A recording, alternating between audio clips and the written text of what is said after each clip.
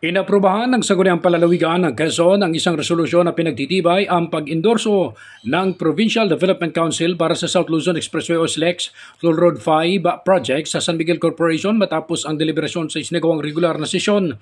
Inihain ni 4th District Board Member at Majority Floor Leader Isaias Sani Ubana ang motion para sa pagpapatibay ng naturang resolusyon at inilatag mga detalye tungkol sa proyekto na magsisimula sa Silangang Mayon sa lungsod ng Lucena, dadaan sa mga bayan ng Pagbilao, Padre Burgos, Agdangan, Unisan at magtatapos sa bayan ng Gumaca na umaabot sa 61 kilometro at may katumba sa pondo na 28.1 billion pesos. Ayon kay Ubana, inaprubahan ng PDC sa kanilang pagpupulong noong nakarang linggo ang Resolution Number 34 Series of 2023 na nag-iendorso sa proyekto na malaki ang maitutulong sa kaunlaran ng mga bayan sa Quezon na madadaanan ng proyekto. Samantala, nagpahayag naman ng pagkabahala tungkol sa naturang proyekto si 2nd District Board Member Ferdinand Bong Talabong kabilang ang mga lupang maapituhan nito.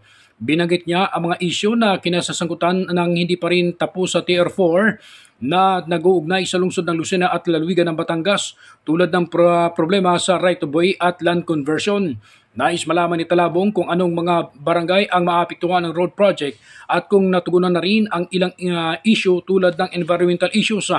Tiniyak naman ni Ubana kay Talabong na magkakaroon ng kumpletong roadmap na tutukoy sa mga barangay na maapektuhan ng proyekto. Sa huli, iminungkahi ni 1st District Board Member Jerry Talaga ang pakikipagpulong sa pagitan ng mga konsernadong ahensya ng pamahalang palalawigan, kabilang mga opisyal mula sa Provincial Environment and Natural Resources, Provincial Planning and Development Office, Provincial Assessor Office para sa right-of-way matter at ang tagapagtaguyod ng proyekto na SMC upang masagot ang kanilang mga katanungan. Ang SLEX TR5 ay toll road project na tinatayang may habang umigit kumulang 417 kilometro na magsisimula sa Barangay Silangang Mayo sa Lucena at magtatapos sa Matnog, Sorsogon na binubuo ng 8 segmenta. Ronda balita mula sa lalawigan ng Quezon. Ako si J.R. Narit, naghahatid ng mahalagang impormasyon at balitang totoo.